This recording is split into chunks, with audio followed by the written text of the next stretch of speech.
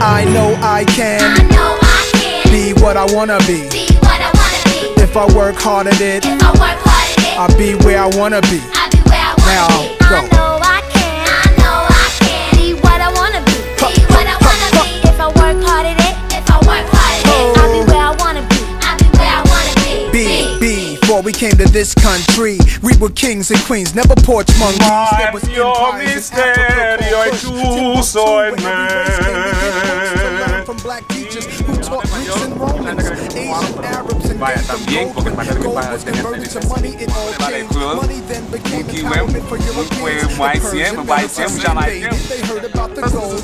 안녕하세요. 나는 시라테 학교 영역 공수세 Slavery was money, so they began Egypt was the place that Alexander went. He wasn't shocked that the mountains were black faces, shot up their nose to impose what poem that I always recite called "Ain't No Nigga," you know, which is oh yeah, I mean it's not mine. Accord in understanding this whole thing.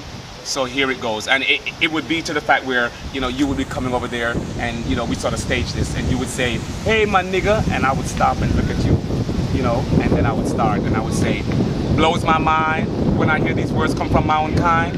What's up nigga?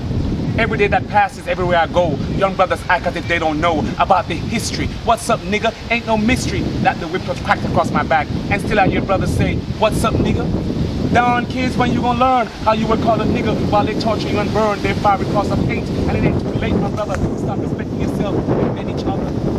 But you seem to be comfortable calling me this degrading word that meant as a diss, like those old descriptions. Sambo, boy, you think calling me a nigga brings me joy? It hurts me, it shames me, it makes me mad how you don't seem to realize just how sad it is to be referred to like I'm not you, standing in front of you a nigga. Is that what you see me as? A nigga? Is that who you are? A nigga? Does it make you feel bigger to pull a trigger, another job for another grave digger, to bury a brother unknown without a name? Just another nigga that they try to tame. Well, a nigga is as a nigga does, and a nigga with a bullet in his head is a nigga that was. We gotta stop being so blind, dig the tricks while we still have time, walk with pride, and remember those who were called a nigga, and those who took the blows and survived. And if it were not for them, would we be alive? So wake up now and take a stand. Stop referring to me as less than a man. Check yourself on this very thing. Ain't no nigga gonna be no king. And in the future, when greeting me or another, how about keeping it real? Like, what's up, brother? Damn, look, PhD, it's on dissertation, many things going on, speak so many languages. You probably look at yourself like, damn, why am I sitting here shitting on myself when this brother right here did it? I mean, at the end of the day, man, you gotta sit and really evaluate what you really want to do, because the whole pause to every inner city community person, man, they lazy, man. They lazy. They say, well, you know, if I get up, I don't want to go to school today, I don't feel like doing this, I don't feel like, and you blink and you 35, you 40 years old. Not saying it can't be done, but it's gonna be hell of a lot harder to get your ass on. Well, and that's why we need, I think it's a lack of not just resources, but models. I mean, where is it here in this city, in Liberty City, in Norland, in all the little black community enclaves? Where's there that model, that black male that you look up to and say, yeah, where's the rites of passage for black males? You know, where is it? You know, I mean, so these black males, I mean, they're sitting out there lost in some sense. You know, yeah, we have the 5,000 role model. You know, but after they leave high school, then what? There's only so much that they can do. Yeah. I mean, you relate to them in some way, shape, or form, but in the long run, after you get out of that, after you leave high school, what is there for you to do? After you leave high school, who do you look up to? That's why I didn't want to leave. Enhance your life and speak. I didn't want to leave. And go to one of these prep schools where the students are smart or whatever because of high GPAs. I wanted to stay in the city. I didn't want to leave Central, but it worked out. It turned out that, you know, because of things, you know, beyond my control, I had to leave and go to another school, and then from there keep moving to another school. But I want to stay in the city because the students need me. If anything, you know, they need to have an identified role model. And for me, and by me being there, it keeps other people grounded.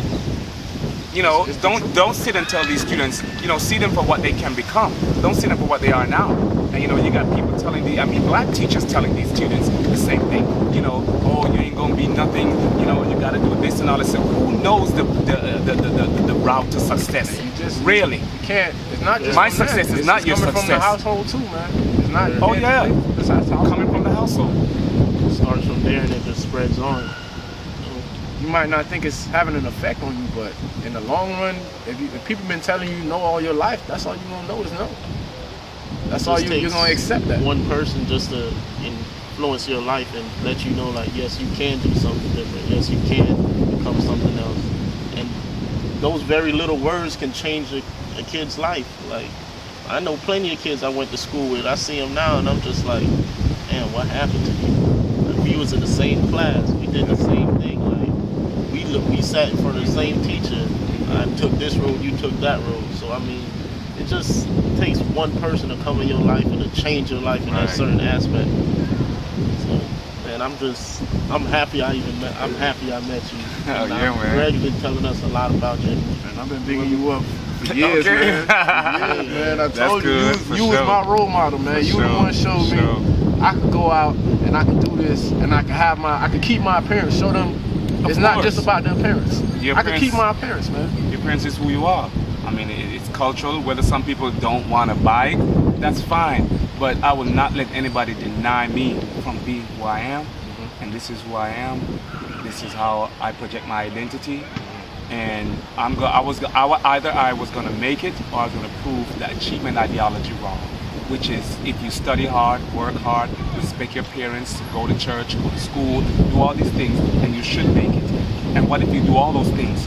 You should make it.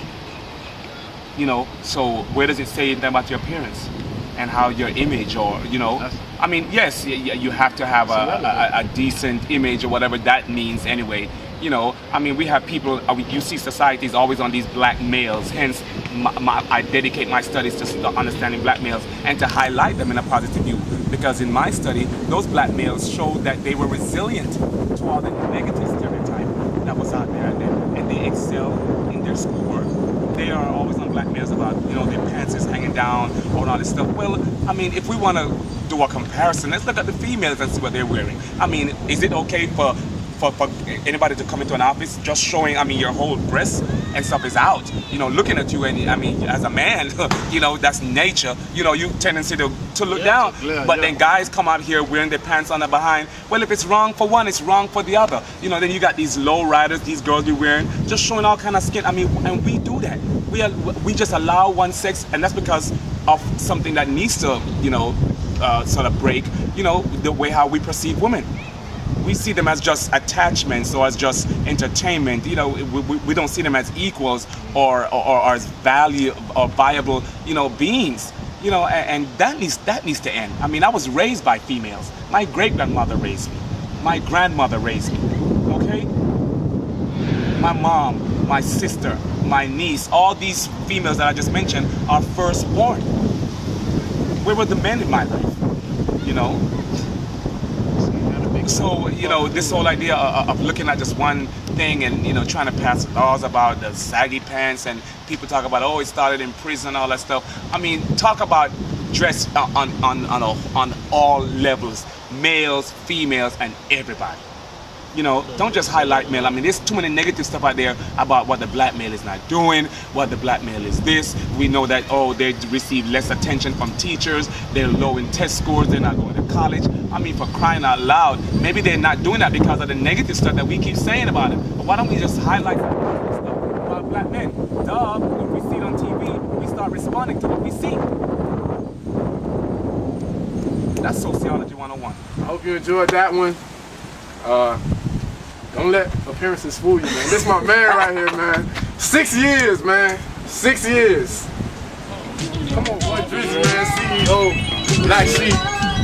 Pleasure to meet this brother right here. It's gonna be successful, man. My man, dissertation.